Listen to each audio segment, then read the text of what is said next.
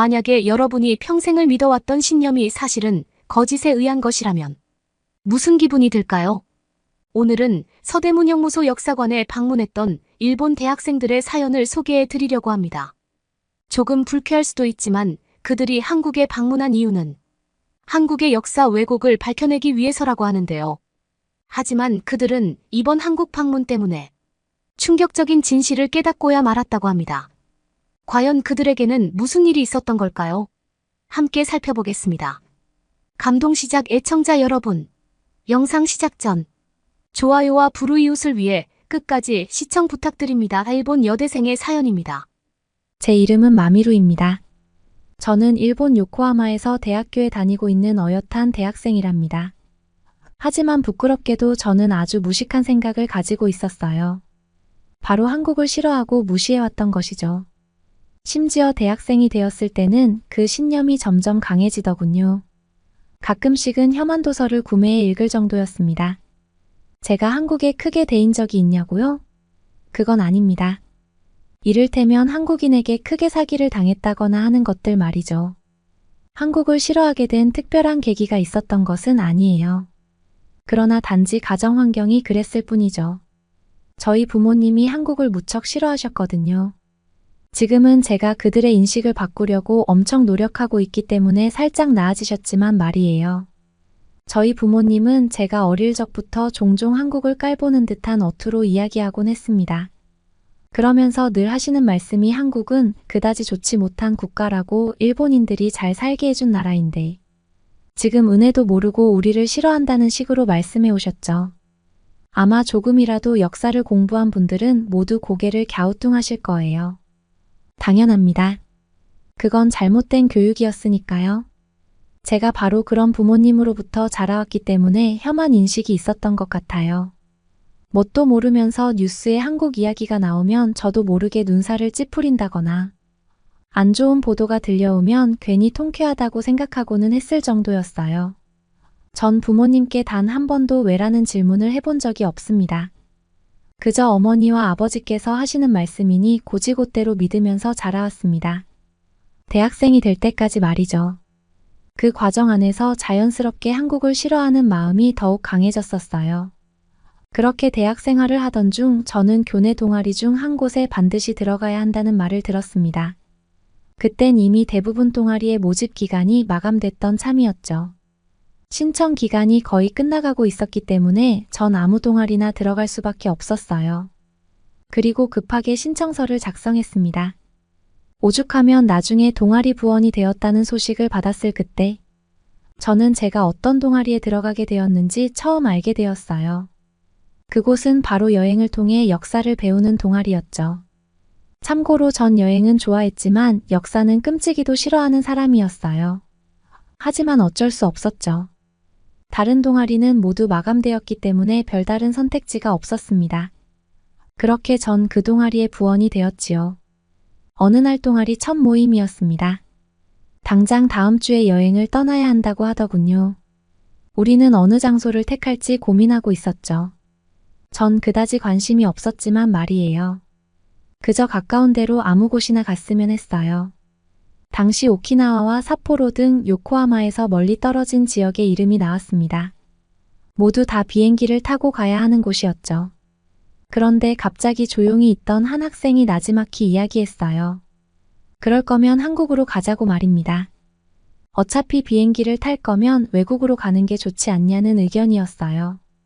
한국의 역사와 일본 역사가 밀접한 관련성이 있으니 분명히 좋은 경험이 될 것 같다고 하면서요. 그런데 그가 간과한 점이 있었습니다.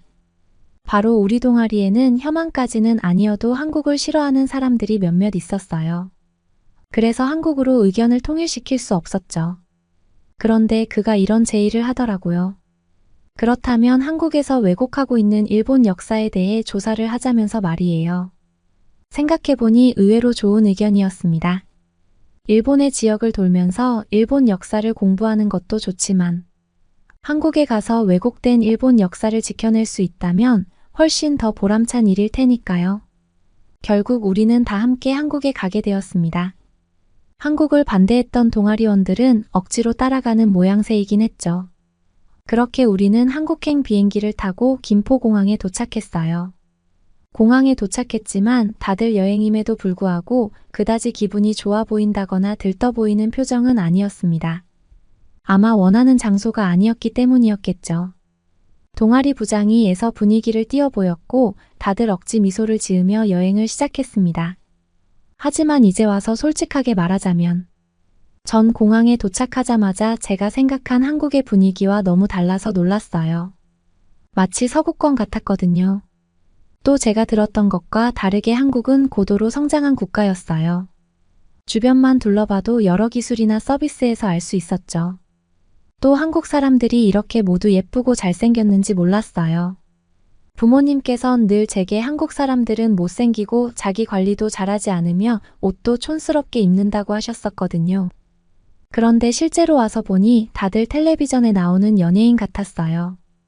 오히려 일본인인 우리 내가 너무 단조롭고 무채색의 옷을 입는 것 같아 더 튀어 보일 정도였으니까요. 한국 사람들은 정말 자기 개성이 뚜렷해 보이고 자기가 어떤 옷을 입어야 잘 어울리는지 아는 것처럼 보였죠. 그런 부분들이 무척이나 신기했지만 저는 여기서 별 관심 없는 척하며 공항버스에 탔답니다. 그리고 점심을 먹기 위해 도착한 가게에서 우리는 한국인의 인심에 정말이지 깜짝 놀랐어요. 한 식당에 갔는데 기본 반찬들이 정말 줄줄이 계속해서 등장하더라고요. 모두 놀라서 입을 다물지 못할 정도였죠. 솔직히 처음엔 그만큼 돈을 내라고 할 줄 알고 걱정했는데 모두 공짜였어요. 일본은 음식을 주문하면 정직하게 주문한 음식만 나오는데 한국은 사이드 음식이 이렇게나 다양하게. 그것도 심지어 메인 음식만큼이나 맛있게 나오다니 신기했죠. 들어보니 대부분의 한식당에서는 이런 시스템이 기본 사항이라고 하더군요. 장사에서 남는 돈이 있기는 한 걸까 걱정될 정도였어요. 또 한식당에서 인상 깊었던 부분은 바로 김치입니다. 저는 아주 어릴 적 일본에서 김치를 먹어본 적이 있었어요. 하지만 한국의 김치와는 완전히 달랐었습니다. 전 그날 한국의 오리지널 김치는 이런 맛이구나 하는 걸 알게 되었죠.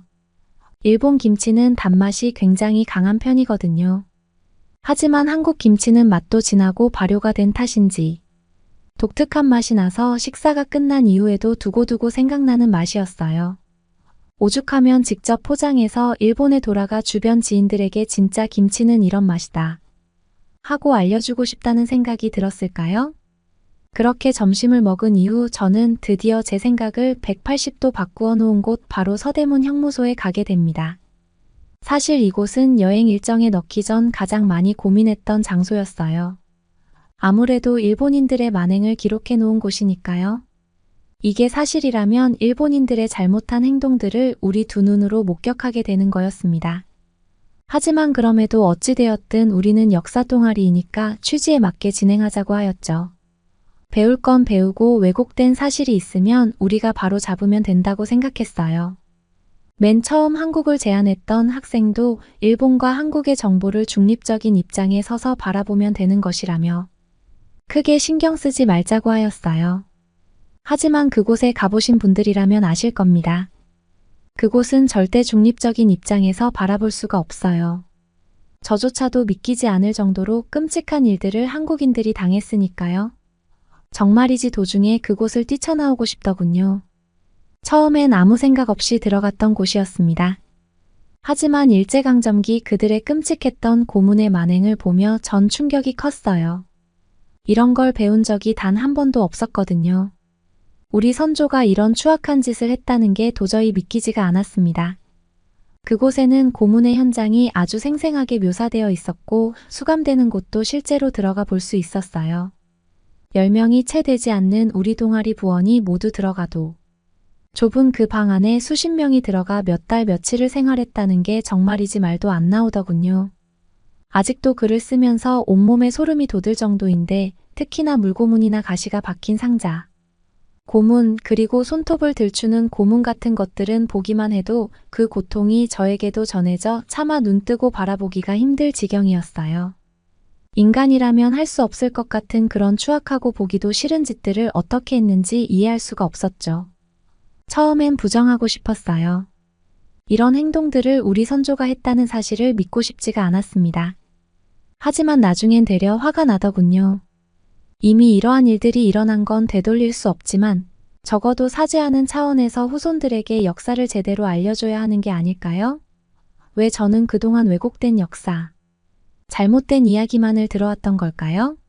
그리고 왜 그 누구도 이것이 잘못되었다고 지적하지 않았나요?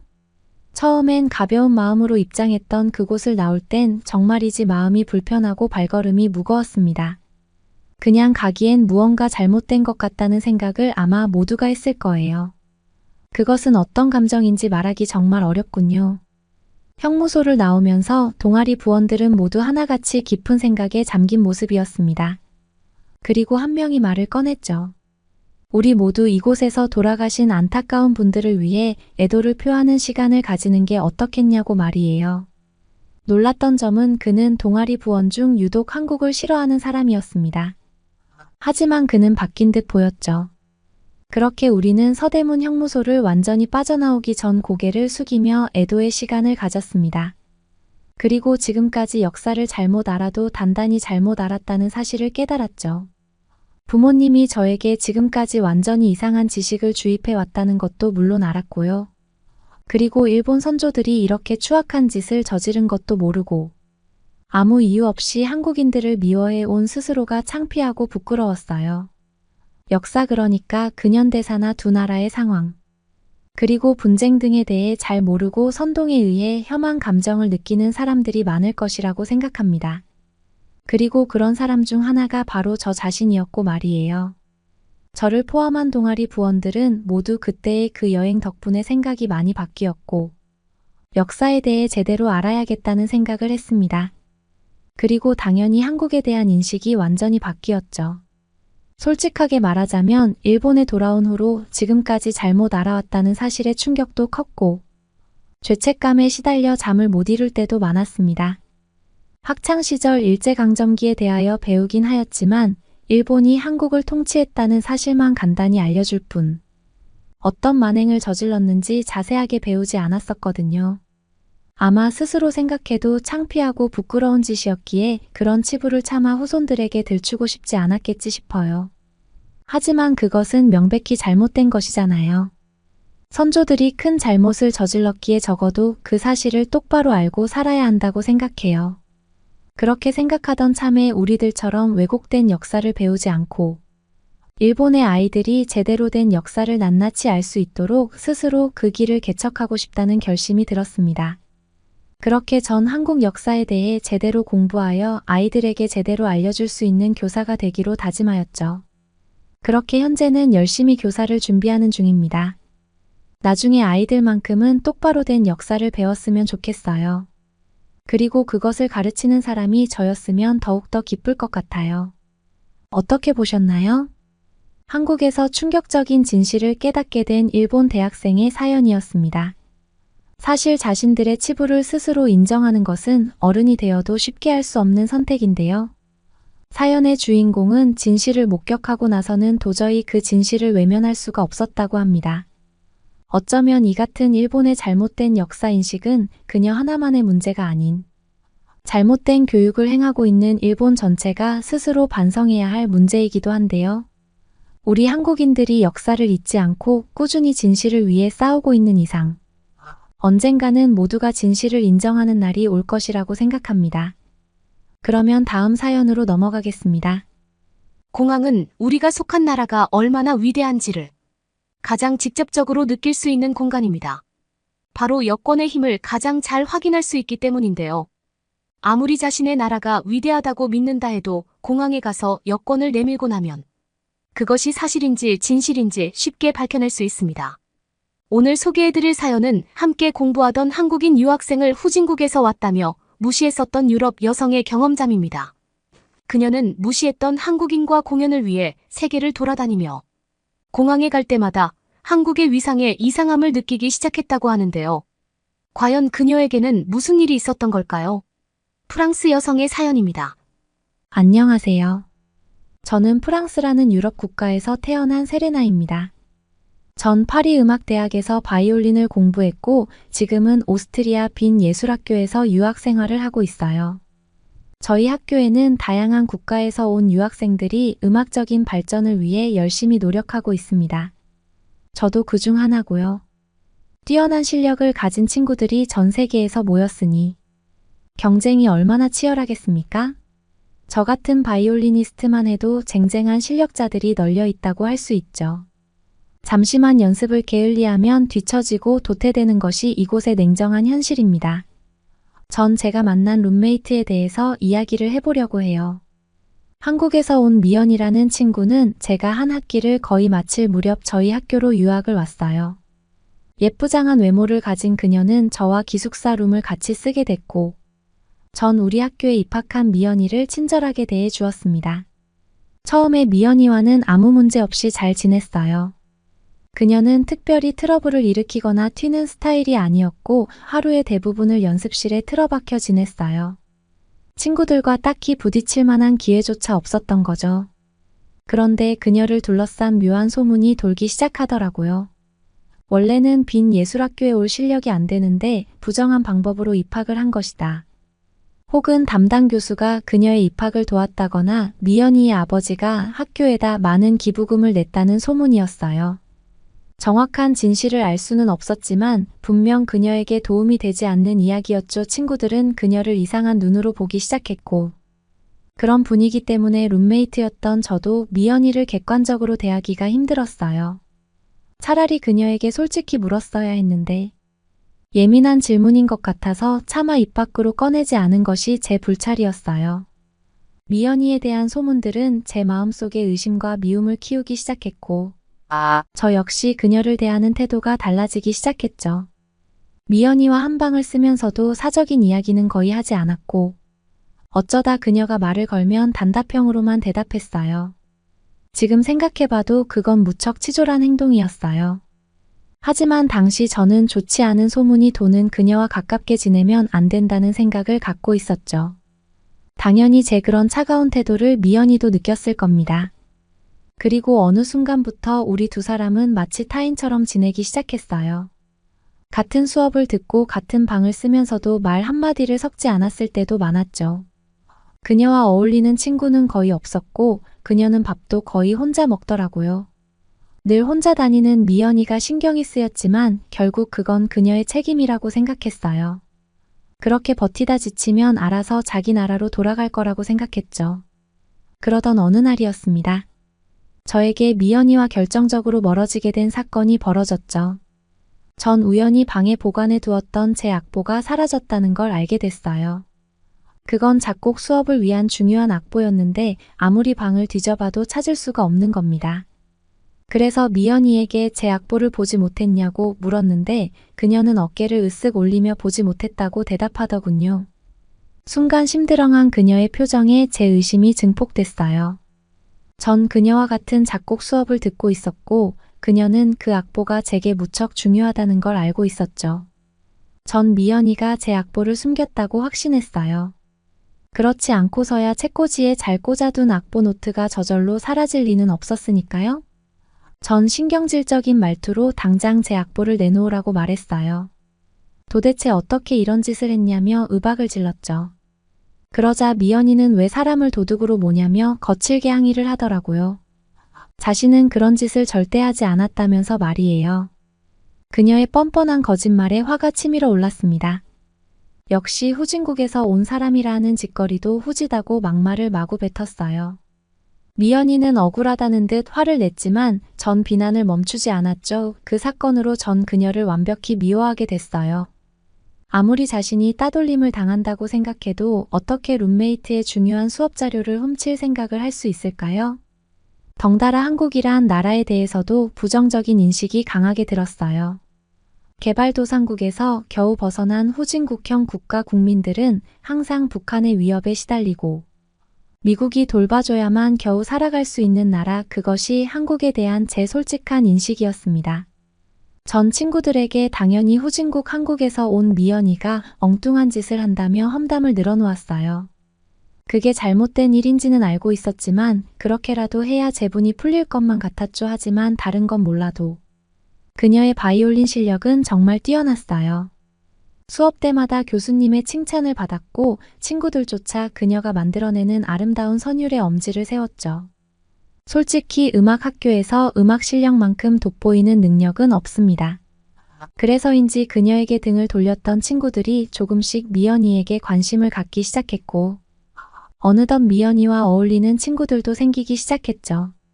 같은 바이올리니스트로서 미연이의 실력에 질투심이 생기더군요. 아시아 후진국 출신에게 실력이 밀린다는 건 제 자존심에 큰 상처를 냈죠.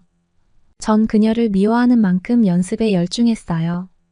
꼭 실력으로 콧대를 눌러줘야겠다는 생각을 하게 된 겁니다. 그리고 때마침 저희 학교에서 아주 큰 프로젝트가 진행됐어요. 저희 학교를 대표할 오케스트라 팀을 구성하고 그 팀은 한 달간 각국을 돌며 기악 극복을 위한 연주회에 참여하는 프로젝트였죠. 학교에선 이 프로젝트 오케스트라 팀원이 될 연주자들을 선발한다고 홍보를 했어요. 학교를 대표하는 오케스트라에 합류한다는 것은 연주자로서 큰 기회임이 틀림없었죠. 전 선발 연주회를 대비해서 엄청난 노력을 했고, 선발 연주회에서 그동안 갈고 닦은 제 실력을 유감없이 발휘했습니다. 혼신의 힘을 다해 연주를 마치고 난 뒤, 올해와 같은 박수갈채를 받으며 전 제가 오케스트라의 바이올린 파트의 멤버가 될 거라고 확신했어요. 그리고 제 예상대로 전 오케스트라의 당당한 일원으로 선발됐습니다. 하지만 뛰어난 실력을 자랑하는 미연이 역시 많은 주목을 받으며 오케스트라 팀원에 선발됐어요. 그리고 그녀는 제일 바이올린의 수석 연주가 자리까지 차지했죠.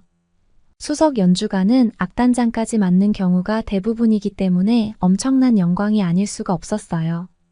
그런 중요한 자리에 선발됐다는 것은 누가 뭐라고 해도 뛰어난 실력자라는 걸 증명합니다. 전 그녀의 실력을 인정하지 않을 수가 없었어요. 결국 우리 두 사람은 세계 각국의 무대에 서는 연주회에 참석하게 됐고, 폴란드를 필두로 유럽의 각 무대를 돌기 시작했습니다. 좋은 취지로 진행되는 연주회는 관객들의 큰 호응을 받았고, 저희 빈 예술학교 오케스트라 단원들도 많은 박수를 받을 수 있었어요.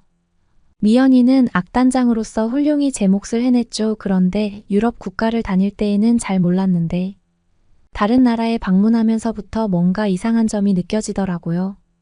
그건 공항에서 입국 심사를 할 때였는데요. 한국인이던 미연이는 입국 심사대에서 바로바로 통과를 하는데 유독 저만 심사대에서 시간이 오래 걸리는 겁니다. 심사대 직원은 저에게 이런저런 질문을 하며 심사를 빨리 진행하지 않는 거예요. 아니, 같은 학교 출신이자 같은 오케스트라 단원인데 왜 심사에 차별이 있는 건지 이해할 수가 없었죠. 특히 후진국 한국 출신 미연이는 항상 1등으로 입국 심사대를 통과한다는 게 너무 이상하게 생각됐어요. 전속으로 엄청나게 불평을 하고 있었죠. 그런데 그와 비슷한 일이 오스트리아의 입국 심사대에서 또 벌어지는 게 아니겠습니까? 그날도 어김없이 미연이는 자신의 여권을 내자마자 바로 입국 심사대를 통과했는데, 입국 심사 직원은 프랑스 여권을 낸 저에게 한참이나 질문을 던지더라고요. 오스트리아 유학은 언제부터 온 거냐, 왜 여권에 도장이 이렇게 많은 거냐, 부모님은 뭐 하시냐, 프랑스에선 무슨 일을 했느냐 등등 쓸데없는 질문들을 너무 많이 늘어놓는 겁니다. 약간 신경질이 났던 저는 입국심사대 직원에게 왜 저한테만 시간을 끄냐고 물었는데, 그 직원이 하는 말이 우리나라 여권을 제출하는 사람들은 입국심사를 꼼꼼하게 해야 한다고 대답하는 겁니다. 그 말 한마디에 자존심이 팍 상했던 저는 먼저 입국심사대를 통과해서 기다리고 있는 미연이를 가리키며, 그럼 한국 여권은 왜 그냥 통과시켜주냐고 따져 물었죠. 그러자 그 직원이 저를 뚫어지게 쳐다보더니 저 한국인과 같은 소속이냐며 고개를 갸웃거리더라고요. 그러면서 원래 한국 여권은 전 세계 어느 나라든 비자 없이 갈 수 있는 여권이라며, 여권 파워로 따지면 전 세계 3위권 안에 든다고 말하는 겁니다. 그리고 저 한국인과 같은 소속이라면 입국 심사는 이쯤에도 될 것 같다고 말하더니 입국 도장을 팡 찍어주며 그제야 통과시켜 주더라고요. 전 그 말에 깜짝 놀라고 말았어요. 한국 여권이 그 정도나 대단한 줄은 전혀 몰랐던 사실이었죠. 여권 파워가 미국을 뛰어넘을 정도라면 한국이란 나라는 제가 생각하고 있던 후진국이 아니라는 뜻이었어요. 전 제가 한국에 대해서 완벽히 잘못 알고 있었다는 사실을 깨달았죠. 전 어색하게 미연이에게 다가가 한국 여권을 구경해도 되겠냐고 물었어요. 도대체 어떻게 생겨먹은 여권이길래 전 세계 국가를 쉽게 입국할 수 있는 건지 궁금했거든요. 그녀는 의아한 표정으로 제게 자신의 여권을 보여주더라고요. 그런데 한국 여권에는 입국 도장이 하나도 찍혀 있지 않은 겁니다. 전 미연이에게 왜 여권에 도장이 없냐고 질문했죠.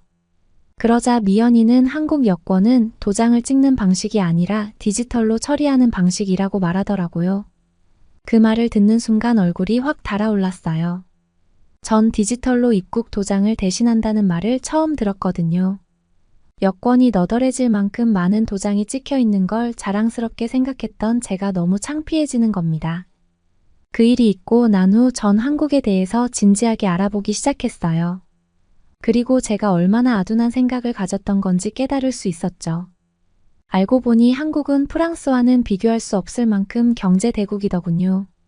GDP로 따져만 봐도 프랑스는 60억 9,598만 달러로 세계 150권밖에 되지 않았는데 한국 GDP는 1조 6,732억 6천만 달러로 세계 13위권이었어요. 한국은 여권 파워뿐만 아니라 프랑스와는 비교하기가 부끄러울 만큼 선진국이었다는 사실을 뒤늦게 알아차린 겁니다. 부끄럽게도 한국에 대한 이미지가 달라지자 미연이 자체가 다르게 보이더군요. 출신 국가로 사람을 평가한다는 게 얼마나 바보 같은 짓인지 알면서도 전 그런 고정관념으로 미연이를 보고 있었던 겁니다. 그녀는 저희 학교에서 제일 뛰어난 바이올리니스트였고 자신의 역할에 충실했던 학생이었는데도 전 그녀를 말도 안 되는 논리로 평가절하 했었어요. 그랬던 과거에 제 자신이 너무 미웠어요. 전 프랑스 공연을 마친 후 미연이에게 진심으로 사과했습니다. 동료이자 룸메이트로서 하지 말아야 할 행동을 했고 제 바보 같은 행동을 반성한다. 고백했어요. 그녀는 제 사과를 흔쾌히 받아주었고 앞으로 남은 공연을 멋지게 완성하자며 오히려 응원을 보내주더군요. 전 그런 미연이와 함께 한국에서 마지막 공연을 하게 됐습니다. 객석을 가득 채운 한국 관객들은 저희 무대에 뜨거운 박수를 아끼지 않았고 성황리의 연주회를 마칠 수 있었어요. 그리고 저희에게는 한국을 관광할 수 있는 하루의 시간이 주어졌는데요. 미연이는 자신이 직접 한국을 안내해 주겠다며 저를 포함한 몇몇 친구들을 데리고 서울 관광을 시켜주었어요. 한국의 수도 서울은 정말 거대한 도시였어요. 특히 서울의 인구가 1,000만에 가깝다는 미연이의 말을 듣고 기절할 뻔했죠. 프랑스 전체 인구가 60만을 겨우 넘는 수준인데 서울 인구가 1,000만이라니 정말 믿어지지가 않았습니다. 또한 서울의 지하철은 가고 싶은 곳이라면 어디든 편리하게 이동할 수 있을 만큼 거대한 도시를 촘촘하게 덮고 있더라고요. 저희 프랑스는 지하철이라는 교통 시스템 자체가 존재하지 않거든요. 그저 버스나 택시 혹은 해안도로를 통해 자전거로 이동하는 것이 일반적이죠. 하지만 한국은 뛰어난 지하철 시스템을 보유하고 운용하고 있었어요. 우리 일행은 미연이를 따라서 강남이라는 번화가를 구경하게 됐는데요. 그곳은 수많은 빌딩들이 어깨를 맞대고 서 있었고 다양한 상점들이 빽빽하게 들어차 있더라고요. 이미 밤늦은 시각이었는데 많은 사람들이 강남 거리를 채우며 즐거운 시간을 보내고 있었어요. 그런 활기찬 광경은 프랑스나 오스트리아에서도 보기 힘들었죠. 저희는 미연이와 함께 환상적인 한식을 맛보았고 스티커 사진도 찍고 노래방도 경험하며 한국 젊은이들이 즐기는 문화를 마음껏 만끽할 수 있었어요. 미연이는 자신도 정말 오랜만에 한국의 밤거리를 즐기는 거라며 무척 즐거워하더군요. 전 미연이가 오로지 바이올린만 알고 내성적인 줄로만 알았는데 이렇게 활발한 성격을 가졌다는 걸 그제야 알게 된 겁니다. 역시 사람을 겉으로만 판단하고 편협한 시각으로 보면 안 된다는 걸 뼈저리게 느꼈어요. 저희 일행은 미연이 덕분에 잊을 수 없는 추억들을 만들었습니다.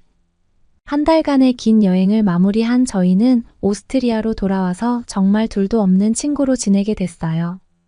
그런데 어느 날 평소 저와 친하게 지내던 프랑스인 친구가 저에게 잘 썼다며 제 악보를 툭 하고 건네주는 겁니다. 그 악보는 제가 미연이가 숨겼다고 생각한 바로 그 악보였죠. 한참 잊고 있던 악보가 프랑스 친구에게서 나오자 전 도대체 이게 어떻게 된 거냐고 물었어요. 그런데 그 친구는 자기가 빌려가겠다고 말하지 않았냐며 태연하게 대답하는 겁니다. 그 친구는 제 악보를 빌려가서는 2달이 넘도록 돌려주지 않았던 거였죠. 악보를 되찾은 저는 미연이에게 그 악보를 보여주며 또 한 번 사과를 해야만 했어요.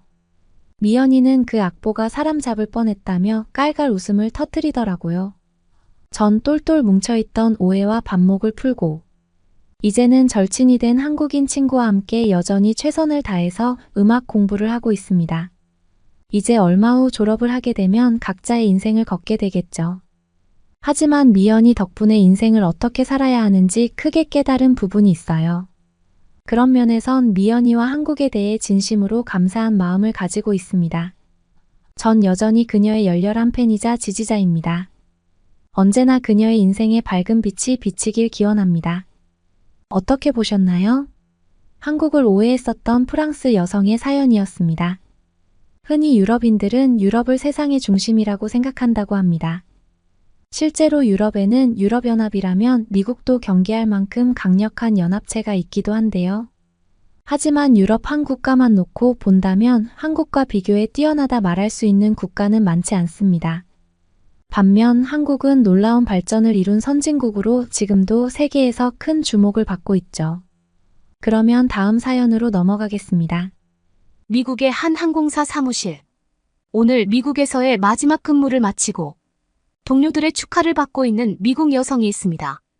그녀에게 한 중국인 동료는 다가가 걱정스러운 한마디를 건네는데요. 바로 그녀가 한국 지사로 발령을 신청했다는 말을 듣고 마지막 만류를 하려는 것이었습니다. 이 미국 여성은 그 이야기를 듣고 순간 고민을 하기도 했는데요. 하지만 한국 지사에 오게 된 그녀는 한국에 오지 않았으면 더 큰 후회를 했을 거라며 안도의 한숨을 내쉬었다고 합니다. 과연 그녀에게는 무슨 일이 있었던 걸까요? 미국 여성의 사연입니다. 뉴욕에서 살고 있는 헤이즐라고 합니다. 우리는 보통 경험한 적 없는 나라를 접할 때 주변 사람들의 말을 듣거나 혹은 인터넷에 나오는 말들을 믿곤 하는데요. 이것이 나쁘다고 할 수는 없지만 때때로 주변인들과 인터넷에 나오는 말들을 맹신하여 그 나라가 가진 좋은 점을 지나치기도 하는 것 같아요. 저 역시도 그랬거든요.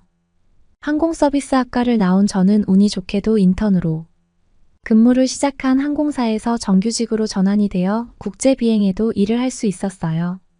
같은 학과를 나온 친구들은 이런 저를 부러워하기도 했죠. 이런 말하긴 부끄럽지만 친구들이 부러워할 때면 저도 모르게 우쭐한 기분이 들기도 했네요. 제가 근무를 하고 있는 항공사는 흔히 말하는 미국의 3대 메이저 항공사 중 하나로 미국에서도 손꼽힐 만큼 근무 환경과 조건이 좋기로 유명한 회사였으니까요. 물론 대형 항공사에 바로 취업을 성공했다고 해서 저에게 힘든 점이 아예 없었던 것은 아니었습니다. 원래 실습과 직접 고객을 상대하고 일을 하는 것은 다른 일이잖아요. 이 때문에 처음 국내 비행을 할 때만 해도 실수를 참 많이 하곤 했네요. 고객님들의 기내식 주문도 쩔쩔매면서 말이에요. 한 번은 뜨거운 커피를 요청한 고객님께 컵에 커피를 따르고 드리는데 몸을 돌리면서 캐리어에 부딪히는 바람에 커피를 그만 옆자리 손님에게 쏟는 큰 실수를 범하기도 했죠. 그땐 정말 아찔하고 어쩔 줄을 몰랐습니다. 항공사 승무원은 고객님과 제일 먼저 맞이하는 직업이라 항공사의 얼굴과도 같은 중요한 존재니까요. 고객님에게 실수를 했을 때만 해도 승무원 일을 그만두어야 하나 생각을 했는데요. 참 감사하게도 선임자분께서는 자책하는 저를 다독여 주셨고 덕분에 저는 무사히 국내선 비행은 적응을 할 수 있게 되었네요. 어느 날 저의 선임께서는 이번에 항공사 내에서 국제선 파트의 지원자를 뽑는다는 소식을 전해주면서 이번에 국제선으로 갈아타보는 건 어떠냐고 하셨어요. 여행은 누구에게나 설렘 아니겠어요? 선임의 제안을 들은 저는 그날부터 가슴이 콩닥콩닥 뛰었답니다. 이제 국내선을 넘어 국제선도 탈 수 있겠다는 생각에 흥분되었지 뭐예요? 저는 회사의 공고문을 찾아봤어요. 이번 국제선 승무원은 아시아 쪽을 모집하더라고요. 중국과 일본, 한국이 있었습니다. 일본은 이미 도쿄의 나리타 공항에 우리 항공사가 거점으로 쓰고 있었기 때문에 그곳으로 지원하면 숙소와 차량, 제공 등 여러 가지로 편리한 점이 많다는 것을 알고 있었습니다. 하지만 같이 일하는 중국인 동료는 베이징을 적극적으로 추천해 주었어요. 나라가 큰 만큼 다양한 문화를 체험할 수 있다고 말이에요. 그런데 저를 아껴주는 선임은 진심 어린 조언을 해주었답니다. 국제 비행을 통한 여행의 설렘도 좋지만 우리는 승무원이란 직업적 성격을 잘 생각해야 한다고 말입니다. 장거리 비행은 비행이 끝난 후 휴무가 주어지는데 3박 4일을 다녀오면 도착한 날을 제외한 이틀은 무조건 쉬게 되는데 이걸 데이오프라고 합니다. 한 달에 데이오프가 8일에서 9일 정도 생기는데 그렇다면 해외에서 숙박하는 일이 4일 이상은 된다는 말이거든요. 게다가 스탠바이를 생각하면 공항 근처의 시설이 중요하다고 했습니다. 스탠바이는 비행을 하기로 했던 승무원이 갑작스러운 일로 비행을 하지 못하게 될 상황을 대비해 대기하는 것을 말합니다. 데이오프라고 하더라도 급작스러운 일이 생기면 바로 비행을 해야 했기에 공항에서 먼 곳에 숙소를 정하지는 못한다는 것이었습니다. 생각해보니 선임의 말씀이 옳았습니다. 그래서 저는 장거리 비행하면서 과연 어떤 근무지에서 승무원 일을 더 잘할 수 있을지 고민해야 했습니다. 그러면 결국 일본의 나리타 공항을 선택해야 하나 고민이 되더라고요. 하지만 선임은 무조건 한국을 선택해라고 했어요. 제가 주로 다니는 곳이 인천공항이 될 테니 인천공항을 한번 알아보면 한국을 선택하지 않을 이유가 없다면서 말입니다. 저는 선임의 말을 듣고 회사 내 직원 커뮤니티 게시판에 국제선 메뉴에 들어가 인천공항에 대해 찾아보았고 입이 떡 벌어질 수밖에 없었습니다. 한국 국제선을 3년 이상 근무한 엘리나의 글을 몇 번이고 읽었지 뭡니까?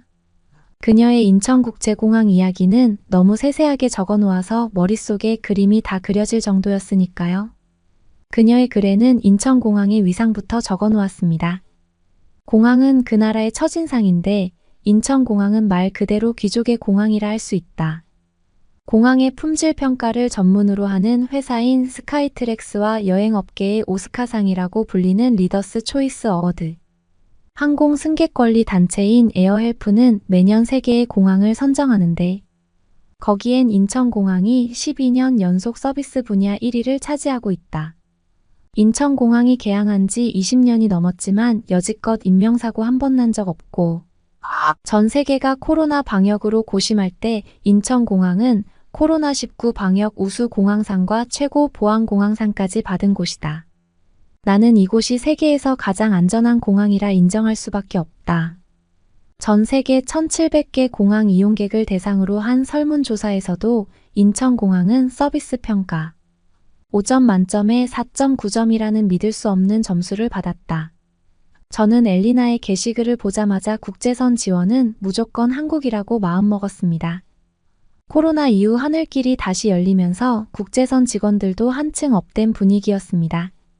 국제선 비행팀으로 지원하고 필요한 교육을 모두 이수하니 첫 비행 날짜가 다가오고 있었습니다. 국내선을 3년 탔지만 국제선은 인턴이기 때문에 너무 떨렸고 처음 국내선 비행했을 때 커피를 쏟았던 기억 등이 되살아나면서 걱정이 되기 시작했습니다. 한국으로 탑승하는 승객들은 어떨까도 궁금했었고요. 그렇게 저는 뉴욕 공항에서 한국행 국제선 첫 비행을 시작했고 10시간에 걸쳐 한국에 도착할 수 있었습니다. 한국 첫 방문인 저는 인천국제공항의 입구에서부터 그 규모에 압도되고 숙소까지 가는 동안에 공항 서비스를 보고 엄지를 치켜 세울 수밖에 없었습니다. 제가 경악할 수밖에 없었던 것은 바로 스마트 체크인이었습니다. 여행의 설렘은 공항에서 줄 서면서부터 반감된다는 말이 있습니다. 그만큼 항공권 발권이 오래 걸리고 절차가 많다는 불편함이 있는데요. 한국은 스마트 체크인 도입으로 여행객들은 줄을 서지 않고 발권을 하고 있었습니다. 심지어 체크인을 하고 수화물 위탁까지도 진행할 수 있게 되어 정말 놀랍습니다. 거기다 에어스타라고 불리는 안내 로봇이 자율주행을 하며 음성 인식을 통해 안내하고 있는 걸 보고 저는 제가 미래에 온 줄 알았습니다. 애틀란타 공항에도 아직까지 이런 서비스는 없었거든요. 안내 로봇은 카운터의 위치를 알려주기도 하고 출국장이 얼마나 혼잡한지 면세점은 어딘지, 공항버스는 어디서 탈 수 있는지. 진짜 공항에서 필요한 모든 정보를 다 안내해주고 있더라고요. 로봇 앞에는 외국인들이 신기한 듯 계속 말을 걸고 있는 모습이 진풍경이었죠. 제가 또 놀란 서비스는 바로 냅존과 무료 샤워실입니다. 보통 여행객들은 일찍 와서 항공권을 발권하고 수화물을 붙이고 나면 2시간 정도 시간이 남아 공항에서 대기하는데 그때가 여간 피곤한 게 아닙니다. 하지만 인천공항에는 수면용 의자가 준비되어 있으니 대기하는 고객들이 편히 쉴 수 있겠다 싶었어요. 거기서도 정말 말도 안 되는 건 바로 무료라는 사실입니다.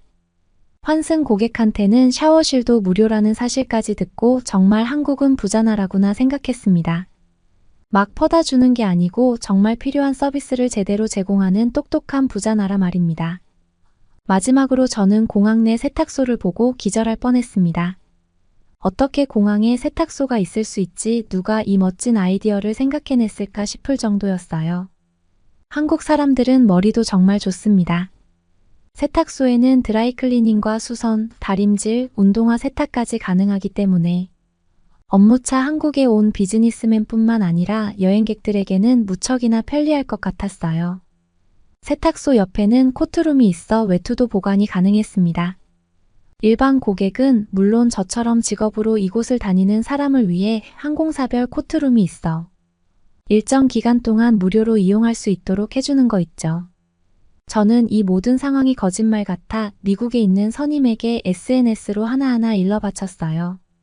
선임은 보고도 못 믿겠다고 진짜 무료인지 직접 해보라고 하더라고요. 같이 비행 온 다른 승무원들은 이미 익숙한 듯 귀족 서비스를 누리고 있고 저는 막 도시의 상경한 촌닭처럼 눈이 휙휙 돌아가고 있었답니다. 충격적인 서비스 시설은 물론이고 기본 시설은 두말할 나위 없었습니다. 어딜 가도 그 나라 수준을 가늠할 수 있다고 하는 곳은 바로 화장실. 공항 곳곳에 있는 화장실은 어찌나 깨끗하게 관리가 돼 있던지 하얀 타일은 광이 날 정도였습니다. 이용하는 사람이 많아 청결하게 유지하기가 힘들 텐데 깨끗하게 청소된 화장실을 보며 참 대단하다는 생각이 저절로 들더군요. 저는 시간이 안 맞아 아직 보진 못했지만 동료가 말해주길 여기 인천공항에서는 편의시설 제공을 넘어 문화공간, 예술공간으로서의 특색도 갖추고 있다고 했어요. 대한민국의 첫 번째 관문인 만큼 한국적인 멋과 문화를 알리기 위해 음악회와 한국문화, 거리는 물론 한국문화박물관까지 마련해 두었다고 합니다.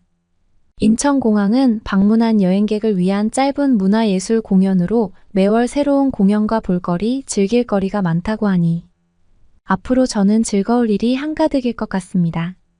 국제선 승무원으로 한국을 선택하게 해준 손님에게 너무 감사하고 이렇게 좋은 근무 환경을 제공해준 한국의 인천공항도 너무 감사합니다. 사실 우리나라의 인천공항이 유명하다 최고다라는 이야기는 수도 없이 들었지만 이 정도로 뛰어났을 줄은 상상도 못했는데요.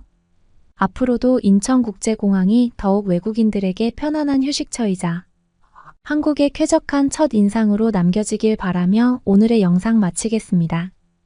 여러분은 어떻게 보셨나요?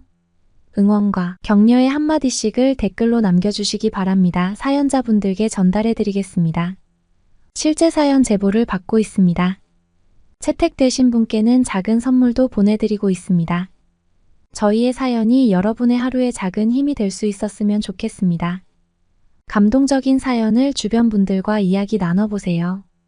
더욱더 좋은 영상으로 다시 찾아뵙겠습니다.